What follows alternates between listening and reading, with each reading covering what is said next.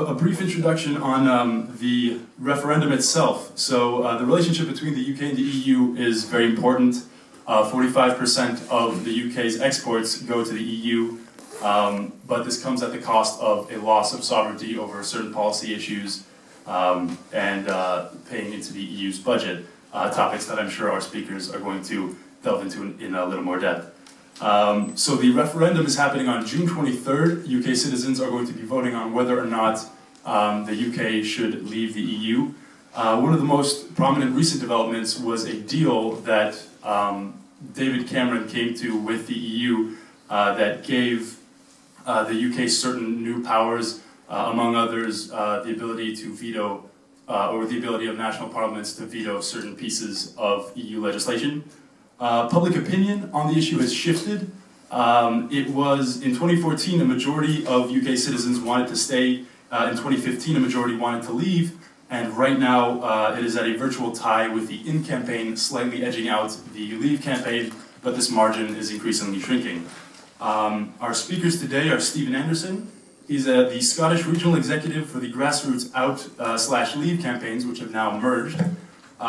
He is a second-year BSc student in actuarial science at the University of Heriot-Watt. And for the opposition, we have Professor Iain Begg. He is a research fellow at LSE's European Institute. He's a fellow at Chatham House and writes on European issues. And he was an advisor to the House of Lords European Communities Committee. And also, he's a senior fellow at the ESCR initiative for the UK in a Changing Europe. ESRC. ESRC, I'm so sorry. All right, and I would like to thank the Economic Society. We're the Debates Union. We organized this debate together. They were an integral part of this. And thank you to the Business Society for letting us use their very, very nice auditorium. So without further ado, I will invite the member of the proposition to open the case for side government. Here. You have the sovereign power between the hours of 7 a.m. and 10 p.m. to cast your vote in this referendum. Your vote is to decide whether you keep that sovereign power or continue to give it away. Good evening, ladies and gentlemen. My name is Stephen Anderson, as was stated before, and I will be proposing this motion on why I passionately believe that Scotland and the rest of these islands are better off outside the European Union. Back in 1975, we had a referendum to join the European Economic Community. In that referendum, the actual margin in Scotland was closer than it was in the rest of the UK, and two Scottish counting areas, which were Shetland and the Western Isles, had a majority against joining the ECC. Since joining the ECC, this has developed over the past 40 years into a European Union, an increasingly federalised state, taking power away from local communities and local voices, having a total disregard for individual sovereignty and will of people. To me, this is an outrage. This is a step too far in respect to our individual freedom and our individual democracy, and that's why on the 23rd of June this is a chance to get this back. In Scotland, the EU has failed us. A quick look at the fishing industry, for instance, has seen our stocks being depleted for the fact that only the UK fishermen only get 16 to 20% of fisheries within our own waters, while Spanish fish are free to pillage our shores. By a Leave vote, we can reinvigorate our industry by having a 200-mile fishing limit brought back to the people of Scotland and to the people of the rest of the UK. This will allow us to reinvigorate our fishing industry and provide a huge boost to local economies, the likes of Fraserburgh and Peterhead, the likes of areas which I originally originate from. So it is of no surprise that I'm quite adamant in the sense that we should leave the EU. In Scotland, the Leave campaign is growing. We have inspired the likes of former Glasgow MPs Tom Harris, who is the director now of the Scottish Leave campaign, and Ian Davidson, a second former Glasgow MP. We've also inspired the likes of the former SNP deputy leaders Jim Fairley and Jim Sillars, as well as the former leader Gordon Wilson. And we had our first MSP, Margaret Mitchell, Conservative for Central Scotland, just a few weeks ago came out for a Leave vote. So the movement is abroad and growing in Scotland for a Leave vote. And the momentum is definitely with our campaign. We are out there providing our positive case of why we'd be better off inside the EU. It would provide real freedom for Scotland, and the ability for Scotland to move forward as a country where the people have more of a democratic say in how things are run, rather than a distant Brussels organisation that is currently dictating their laws to them with a bunch of EU commissioners they have never even voted for.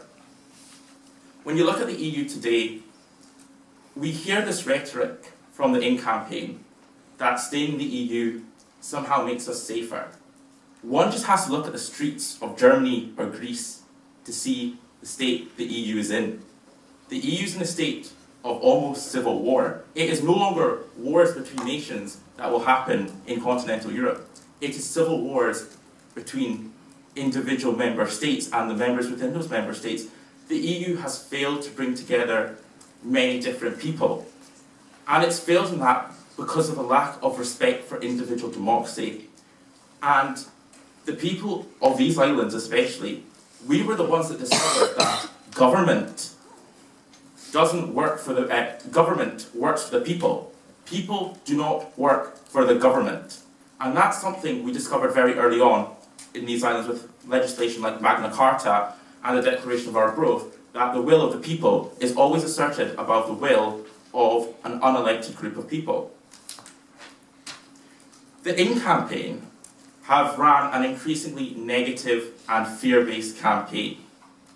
They somehow think that our worst, that boogeyman, when you were once a child that you used to believe in was hiding in your wardrobe, would come to life after an vote. This is simply not the case. Just last week, Boeing has announced it will move its European headquarters to the United Kingdom. 2 weeks ago, it was Avon. Companies are not just going to stay in the UK after a Leave vote, they are coming to the UK after a Leave vote. This just shows the economic viability that the UK can survive post-Brexit. And that's a real challenge for the In campaign. The In campaign are yet to acknowledge the fact that companies are coming to the UK and they cannot move away from a negative scare-based campaign on the reasons for staying in the EU. So, what has our democratic influence in the EU actually been reduced to? So back in 2004, Scotland had 8 members of European Parliament, MEPs, as you might know about them. In the same period, the numbers have increased between 2004 just now from 720 to 760. And in that time, we have reduced to now 6 MEPs. So democratic influence on a Scottish basis has actually reduced over the past decade. And we as a country, our future, I believe, does not belong within just the EU. Our future belongs in an exciting global economy that's emerging. When I look at the likes of China, India, Brazil, Canada, Australia, even Africa, the continent, the EU actually downgrades African trade and actually acts as a barrier for us engaging and letting Africa as a continent prosper. And I think this is an outrage. And I would very much look forward to having the ability to go out there and forge new relationships with Europe after a Leave vote and with the rest of the world. We are able to heal lost wounds that we made while I'm joining the ECC back in 1975. And we are able to take part our place on the world stage as an independent nation. And I believe we should be able to do that, and we're good enough to do that. The EU has very little respect for individuals. It detests individual free thought and free spirit. One just has to take a look at the disgraceful way the people of Greece were treated. And I'm sorry, Professor Begg here, he is pro-fiscal union. He is pro the very thing that has got the people of Greece in such despair and such distraught. And I'll be very much interested to hear him defend how the policies he is proposing and telling the Greek people that it's in their best interests. And this could equally happen to the people of this country. I think what happened to the people in Greece is a disgrace, it is shocking, and it should never happen anywhere else. And if it's going to happen anywhere else, it's going to be within the EU, and the UK currently being a member of the EU, can easily happen here. So, here are the things we're certain of. The UK is the 5th largest economy in the world, and we account for 20% of the EU's GDP. However, we have less than 10% voting power. There is a thing called the democratic deficit, in the sense that our representation does not match what we put into this European project. The UK even overtook France in GDP terms in 2014. So we are a country on the rise. To say this notion that we aren't good enough or strong enough to go along is just utter nonsense. Bureaucracy that the EU is more than known for slows down trade and makes things like, for example, the inventor James Dyson leaning towards Leave door for the EU referendum because they do not feel the bureaucracy is worth their business and making their businesses prosper to the best of their ability. So, is that my turn? Yep. I just wish to finish my point on this. I myself am a second-generation immigrant. My mum's Romanian, my dad's Canadian. However, I want to take our part in the global community. And I believe the EU has just let our democracy, our economy, and the will of the people down, and it's time to get our independence back on the 23rd of June. Let's make that happen.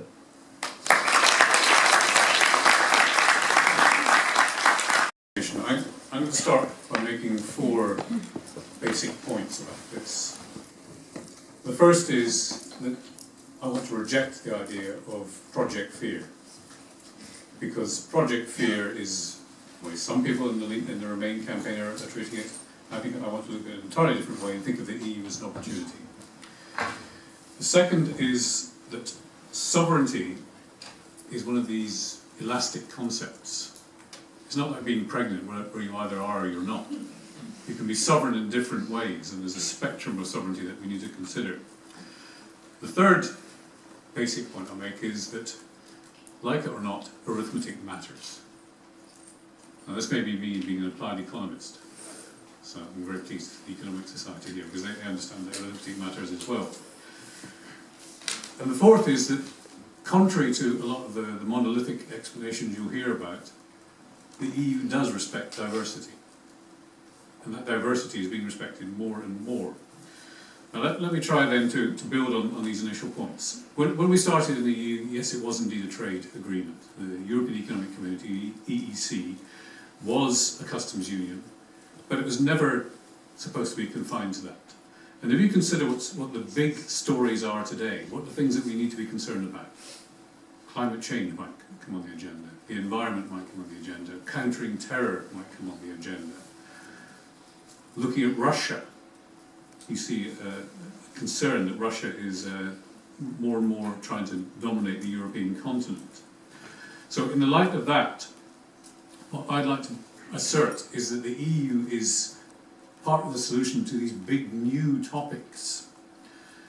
Now let me read a short quote to you, which is from someone that you might otherwise think of as pretty Eurosceptical, pretty likely to espouse a little Englander point of view. Britain, on its own, has little influence on the world stage. And he goes on to say, he, that if, sorry, I'm trying to read my own writing here, a liberal, kind fulcrum in a world economy that is more likely to be dominated by the prospect of, on the one side, Trump, and on the other, Putin. Anyone care to guess who I'm talking about? Jeremy Clarkson. You would not expect him to be espousing the EU, and yet he does, and I think he makes very salient points. So we have to think about an alternative means of governing these big world questions. And the second point on sovereignty. Sovereignty is something that we can share. Some of the areas in which we can lead in Europe are the ones that we should be trying to advocate. And I believe that the UK is in a very strong position to do this, because there's a range, as I said, in sovereignty. You can forego some of it in order to gain more influence. You can lose some of it in ways you don't want. And we need to think very carefully about how this functions. There is an expression, ever closer union, which has been pilloried in the UK. For some reason we're against ever closer union. But if you read what the text says, it's ever closer union amongst the peoples of Europe, which is an anti-war statement. saying we don't want war in future, and that's what the EU is about. And what's very striking on this is that in other countries, they just don't obsess about ever closer union. They just take it for granted that being closer together helps in securing both peace and the European values that we all cherish. Indeed, I gave a talk recently in France. I had to do it in French. So I said, how do you translate into French ever closer union? And my interlocutor said, we have no idea. Why are you asking this? I said, well, it's in the treaty. Yeah, but we're in the treaty. We've never seen it. We don't regard it as serious. So I think it's something that we obsess about that others simply don't. Now, on arithmetic, you are going to hear loads and loads of statistics thrown at you in this debate. Some will be very striking. Almost invariably, they're going to be guff.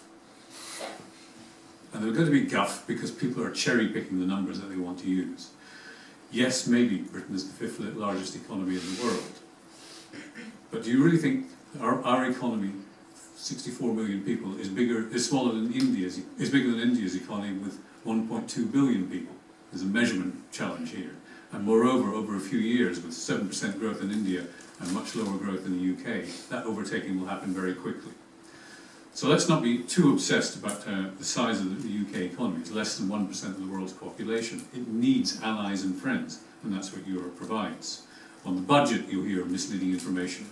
Some of you might have seen a figure saying the UK has cost, the EU has cost the UK since 1973, at today's prices using reflation, over £500 billion, which is approximately a third of our GDP today. Also guff, because it failed to take account of the fact that we've had a rebate since 1985, so the true figure is 110 billion lower. That's how misleading these numbers are. And if you look on the Vote Leave website, what you'll see is a taximeter clicking up by the second, saying it's now 507, 507.1, 507.2. It's wrong.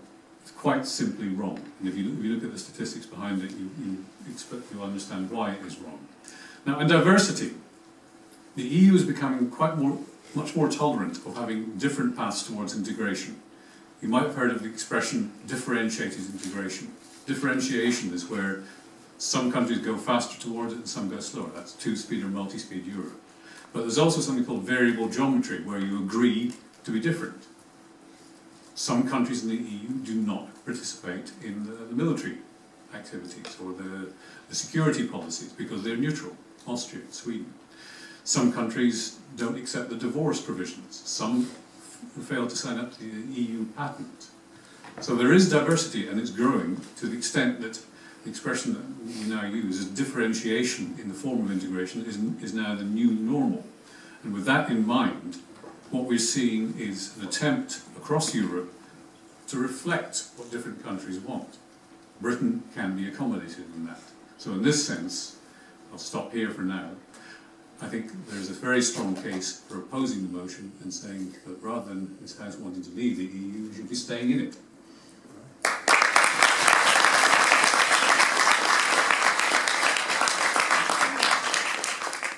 All right, so we're now going to move into the rebuttal portion of the debate where the speakers can engage with the arguments that they've each just presented. Professor Begg focused a lot of his opposition speech here on diversity. However, just a few weeks ago, in fact, Hungary voted down a directive to advance LGBTI rights across the EU, and just because Hungary voted against it, it was not adopted, so there was no progression on this fact.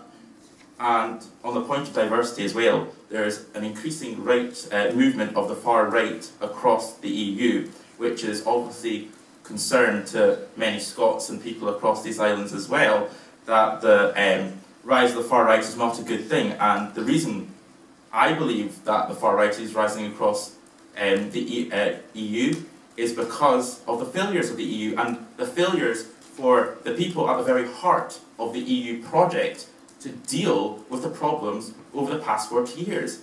The people at the top of the EU have had 40 years to address these problems, yet we are still in the same situation now. We have rioting occurring, we are having increased state instability right across the EU, we have individual people and families suffering at the hands of austerity max being imposed by the Greek people. And again, you have not answered my point on, as someone who is pro-fiscal union, you are pro-fiscal union. Do you believe that the euro can survive without economic and monetary union? That's what I want to ask you. You have 6 minutes. Oh, that's it. Okay, apologise for that. Apologise. So, what I found about Professor Begg's speech here, you know, I'm not going to deny that, you know, there is not everything is bad about the EU. I'm not one of these people who thinks the EU is some Bilderberg conspiracy or anything like that. I just think that it's failed us, and it's failed the people of not just these islands, but people right across the EU. And the reason why it's failed people is, again, homing on the democracy point, the economic arguments, and our influence as well. And the fact that statistics get thrown around, it is a fact that we send £55 million a day to the EU, and only 14 billion per year after rebate is money that is spent on UK projects. So we are a net contributor to the EU.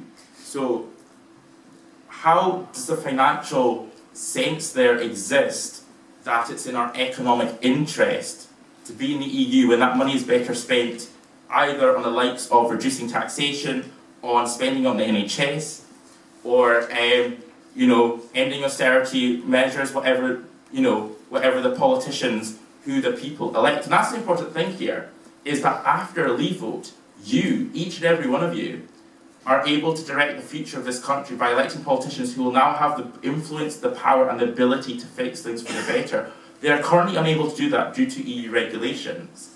And having increased money there and increased influence and clout and the ability to make our own laws as our own country and our parliaments being independent would basically effectively mean that a democracy is brought back into your control and people will be able to feel they have more control of the destiny and the direction of this country.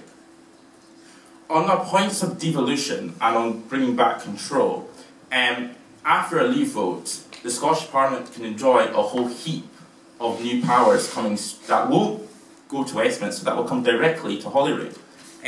These include environment, agriculture, fisheries, and social policy.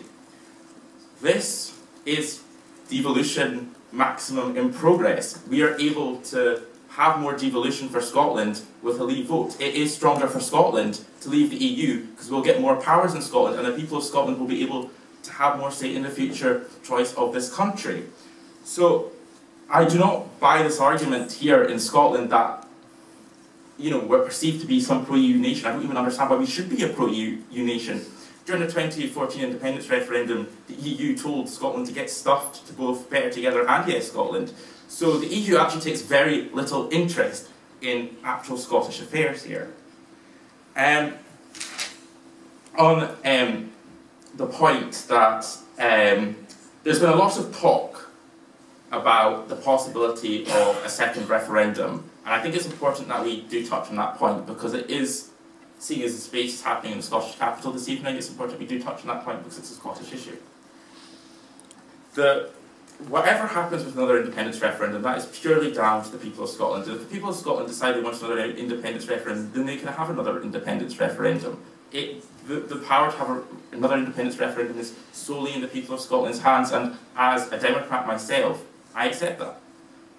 However, basing your vote on what politicians are telling you, I mean, we're seeing this strategy from the In campaign, essentially trying to scare voters into voting one way to prevent an independence referendum or to have another independence referendum. It's just a daft way to base your vote on, because the fact is those who believe in Scottish independence will continue to fight it whatever way the vote goes. Let's be absolutely clear here, people.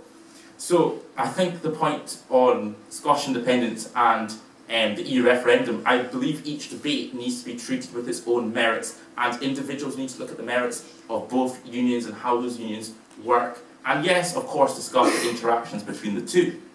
But it's important that we are able to separate the debate and be clear what we're talking about. A country that I aspire ourselves to be like one day is the likes of Iceland. Iceland is a beautiful country with amazing people, and I've had the privilege to visit there before. The Icelandic PM actually said that Britain wields no power in the EU. So Iceland is got a population slightly bigger than that of Aberdeen, and Iceland has managed to negotiate itself a free trade deal with China, one of the most rapidly emerging economies in the world, and one that we need to be engaging with if we're to compete in this global race that we're in. And if we leave the EU, this will give us an opportunity to resemble an Icelandic model, or whatever model we see, and be an island nation like the likes of New Zealand, Greenland, Iceland, that exist and prospers.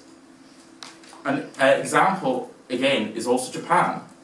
From where I'm from, Rebuttal, Thomas Blake Glover, he was a man who you might have heard of, was the founder of the Mitsubishi industry. He went over to Japan and he practically industrialized Japan. However, he respected Japanese culture and tradition in it, and their sense of identity and their democracy in that process. And as a result, we have seen Japan, an independent nation, but still with a very much global outlook in the world. No one can deny the internationalism Japan has, and the fact that it's always willing to be at the forefront of international global solutions. I don't want to leave the EU to retreat in the world. I want to leave the EU so we can lead in the world.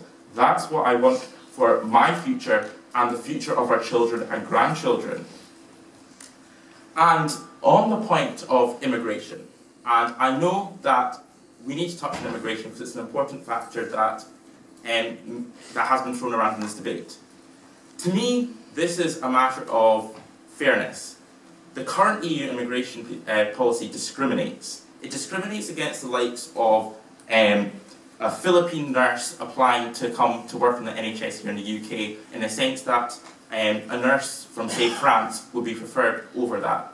I do not believe that's a fair way of us encouraging the best talent we have to move this country forward. And this is what this vote is about, is moving this country forward, and forward we must go. Thank you. It's hard to see where to start here, because I've heard so many contentious and ill-specified arguments. First, you're accusing the Remain side of playing up fear, and yet what do we hear? Hungary. The right wing in Hungary has been caused by the EU. Well, no, it has not been caused by the EU. It's been caused by a government led by Viktor Orban, who is a nationalist and a populist, and he's been very successful in a country which is growing quite rapidly, which is not one which has been caused by, an outcome that's been caused by the EU. I think we need to distinguish between individual political developments in countries and what has been caused by the EU, which is very different. Retain that point. Second point, generally, democracy. Scotland is moving towards devolution. As a Scot, I welcome it. But is the EU impeding it in any way? It's happening irrespective of what's going on inside the EU. I don't see any reason to believe that Scottish fiscal devolution or any other kind of devolution in Scotland will be in any way affected by whether we're in or out of the EU. It's going to happen anyway, we know that. Third point. I think that if you look at the numbers that have just been bandied around, remember I said to you, most of the statistics that are going to be thrown out will be guff. You just heard one, that we send £55 million a day to the EU. Well, we don't. The Leave side has to go up and look at the numbers, because the way this works, and here I have to be quite pedantic about it, there is an ex-ante calculation, economists will know this expression, ex-ante, which is that each country in the EU is expected to pay roughly 1% of its GDP into the EU budget. That ex-ante figure comes out in the last year at about 19 billion, which indeed translates into around £350 a week, or the £55 a day that you were talking about. But that's not what we send to the EU, because the rebate is taken off before any money is sent. If you had the opportunity to look at the Treasury's bank account, you would see that the cheque stubs. You'd see that what is sent is always after the rebate, The true figure is around £270 million a week, not 350. All right, it's still a big number. It could still be used for other purposes. But use the correct number, because you're misleading the public if you don't. And it's an unreasonable form of misleading which is designed to scare people. Now, also on public finances, there is a range of research out there, and I've examined a lot of it, on whether the UK economy would shrink relatively to what it would otherwise be as a result of joining the EU. And it's indecisive. You can't say precisely it's going to be one direction or the other. But the consensus seems to be there are bigger risks, bigger uncertainties of being outside the EU, and if those uncertainties take hold, they will slow down foreign investment in the short term. There will be uncertainty associated with domestic investors saying, well, wait, let's see what happens. If that happens and GDP declines, even by 1 percentage point compared with what it would otherwise be, the tax take in GDP is about 35 pence in the pound.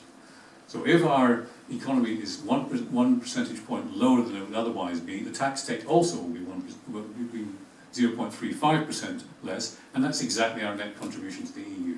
So the risks there are, if there is an economic decline resulting from the EU, and I'm not by any means saying it's a certainty, then what you're going to find is that the tax revenue coming in, and probably the public expenditure that's induced, will be higher, so the net fiscal position will be no improvement.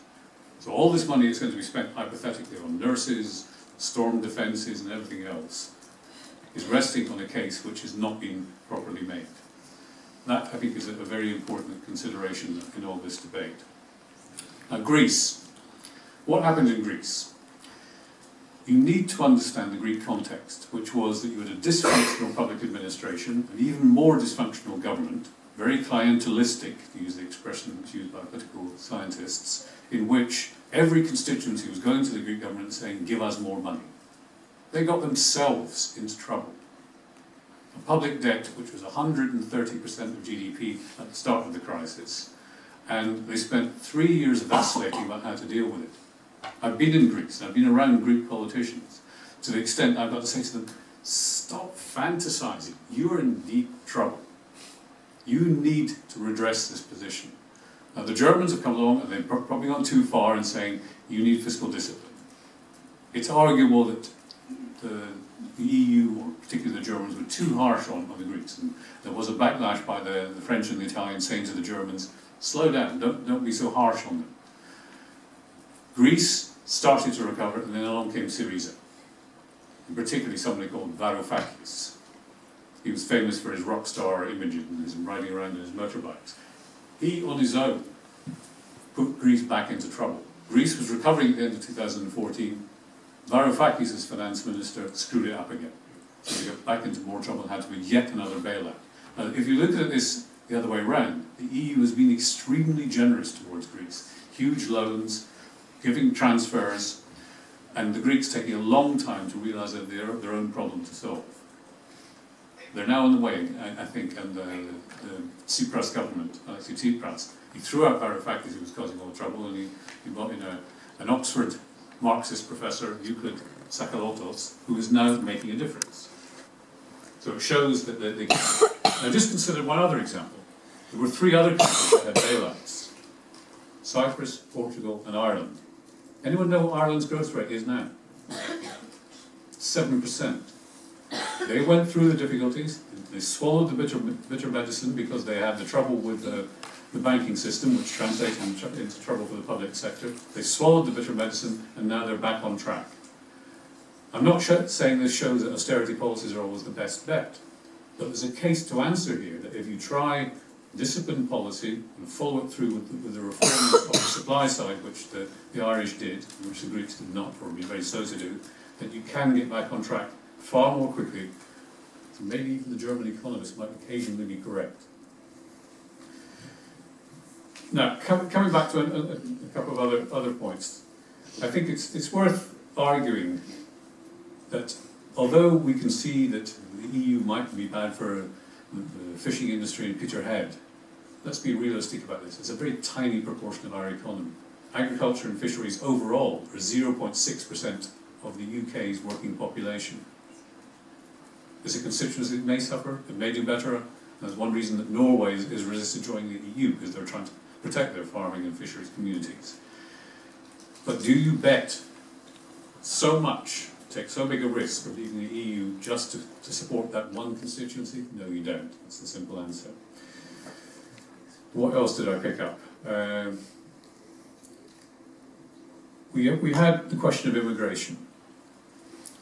Now, the position of migration, other countries don't like calling it immigration because it's not. They regard it as labour mobility. Just as Scots are able to go to work in England, Poles respect the EU possibility to go to work in the UK, Ireland or elsewhere.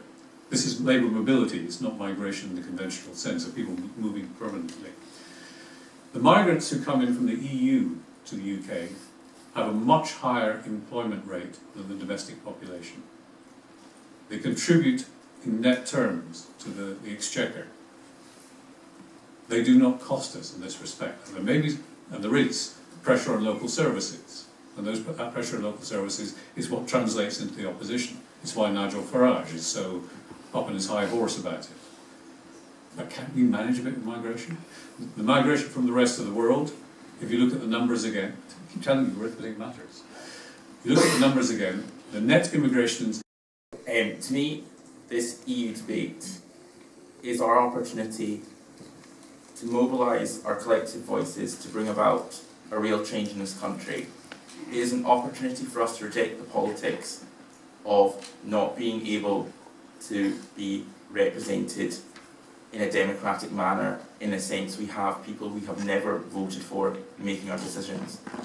It's also an ability to kick in the heel, the Achilles heel of the establishment voices, the likes of Goldman Sachs, who are bankrolling the Britain Stronger in Europe's campaign literature, to say no to the likes of Tony Blair, who is so keen on us to stay inside the European Union, and his personal ambitions of being the likes of the President of Europe. And it's our ability to change things for the better, and I genuinely believe a Leave vote will deliver that. And how will a Leave vote look like? Well, the good thing about a Leave vote is that each and every one of you gets to choose how that looks like. You currently don't decide how an in vote looks like. That's what people in Brussels are doing. You have no choice in dictating that vision.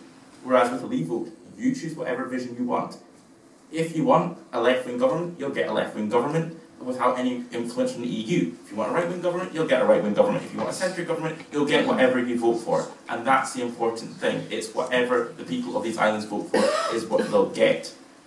And Scotland will get more powers, and that's a point that the In campaign needs to concede on, is on the point that on devolution, the package for devolution is stronger on the Leave side than it is with the Remain campaign. And yes, I do accept that devolution has happened while we've been part of the United Kingdom, but whether devolution can actually reach its full potential in the sense to actually reinvigorate Scotland's economy so we're less reliant on certain industries and diversify Scotland's economy more, then I'm afraid a Leave vote's the only way to do that.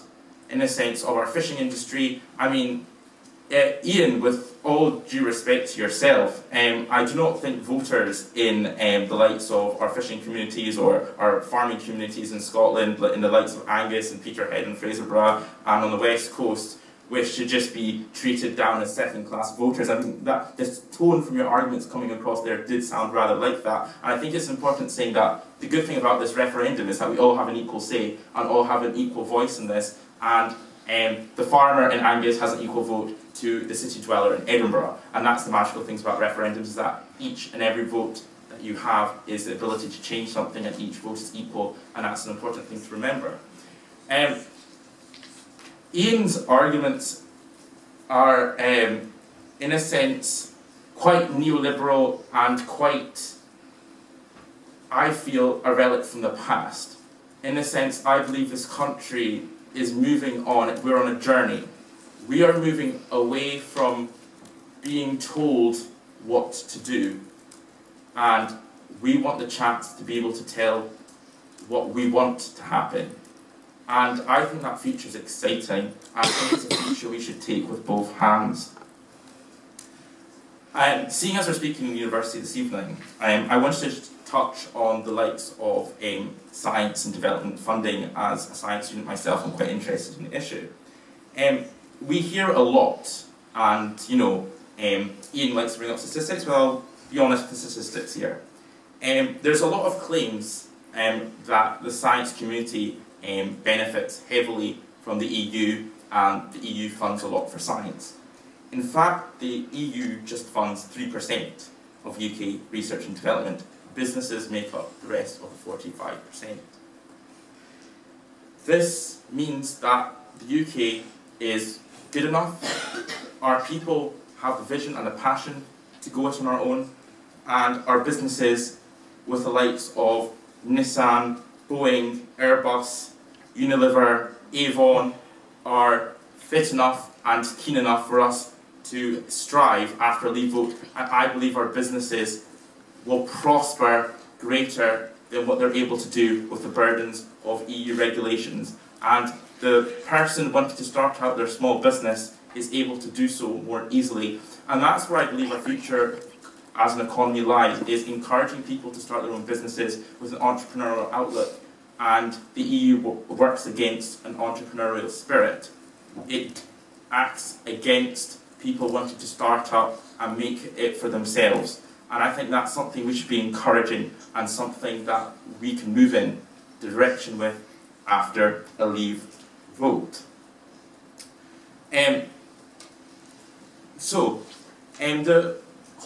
A lot of this notion that the In campaign bring up regarding sovereignty is that, well, you know, we get all these supposed benefits of being part of the EU, but we have this notion of pooling sovereignty. Well, is pooling sovereignty another term for giving Germany permission to hump you over, or the Spanish to pillage your fishing grounds? Well, to me, that is not fair sovereignty.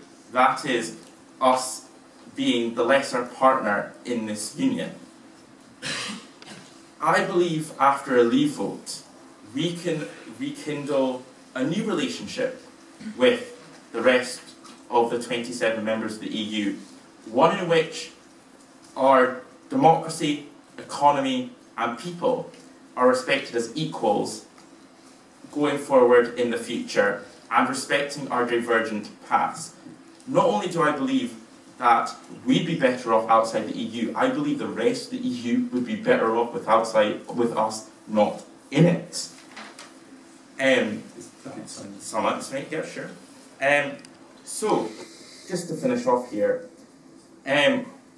we have not heard a clear argument back from Professor Begg about the Greek people and whether it was fair what's happened to them and things like that. He seems to be blaming the Greek people for a crisis they did not cause and the things they voted against with their democratic voice at the referendum they had. And he's brought up this point on Eurobonds. Why should Britain pay less favourable interest rates if Eurobonds are meant to be issued? Again, it's something that's not working in our interest. It's something that we're being a net contributor of and getting very little in return. So, it's time to go out there. It's time to move forward as a country, and we have the vision, and that's what the Remain campaign will never have. They never have a vision for this country. We do not know what the EU will look like in 20 years' time, and you know, I believe that a vision that we're able to choose our future as a country is an exciting thing, and it's something that we should really take, and we do not know when the next opportunity will come. I do not believe this is a once-in-a-lifetime opportunity, because I believe the will of referendums lie in the will of the people. However, it's a chance, and it's a chance that we need to take. Fear is not the way to look at this. That's where I started, as one way I want to finish. We should be looking positively at what the EU can offer to facilitate the things that we, as a country, want to be able to do. And there's a paradox here, that a campaign, the Leave campaign, which says the other side is Project Fear, is the one which keeps raising these bogies that are bogeymen that are going to get in the way. Tony Blair. Tony Blair is for the EU, therefore it must be bad. That reminds me of something that Woody Allen said, that Socrates is smart. Socrates is a man, therefore all men are smart. It's a strange kind of logic that's going on here. Second, I think we should recognise that there is democracy inside the EU, contrary to what you've been told. Has anyone heard of the European Parliament? You probably voted at some point for a European parliamentarian. I did hear from one of the European commissioners at one point that she had been castigated because of the unelected European Parliament running things in Brussels. Unelected European Parliament. Think about it. There is democracy inside the EU because there are two chambers. There's the member states, equivalent to the US Senate, where there is a representative from each country. That's the Council. And there's the European Parliament, equivalent to the US House of Representatives, which is the other side of decision making. They vote on everything. There is a voice for national governments. So whenever you hear a story that Brussels has come up with this, Brussels has come up with that, don't forget there's a democratic process there with two sides voting on the way it functions. As for the funding, well, yes, Goldman Sachs is bankrolling some of the Remain campaign. But hedge funds are backing the Vote Leave campaign. Arron Banks, hedge funds which are miffed because the European regulators were trying to cut them down to size, saying you should behave like other financial intermediaries.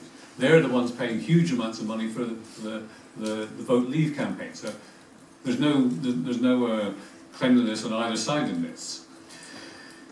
UK influence. You would think, listening to the Leave campaigners, that the UK has no influence whatsoever in Europe. On the contrary, other countries almost resent the degree of influence the UK has had recently. I was at a meeting in the Foreign Office not long ago where there was a bilateral between the Germans and the Brits. And the German head of the Directorate for Europe in their Foreign Office, Ministry for Foreign Affairs, the Auswärtiges Amt, the correct German, said, I don't understand you Brits. You've won every big battle you've had in Europe. So why do you want to leave when everything's going in your direction? Look at the French, they're really upset with you because you keep winning the battles. So I think what we have to conclude from all of this is that when we look at British companies, notice the names, Boeing, Airbus, Nissan, these big British companies. They're the ones that are saying Britain should stay in. The CBI, the voice of companies, said Britain should stay in. Even the British Chambers of Commerce, the ones that threw out their chief executive because he dared to counter the party line, they want Britain to stay in, or at least be neutral on this. So there isn't a constituency among business which is saying get out, because they recognise that this is to our benefit.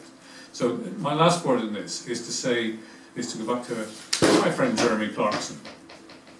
He says that the EU could be a tremendous force for good. And that's the reason we should stay.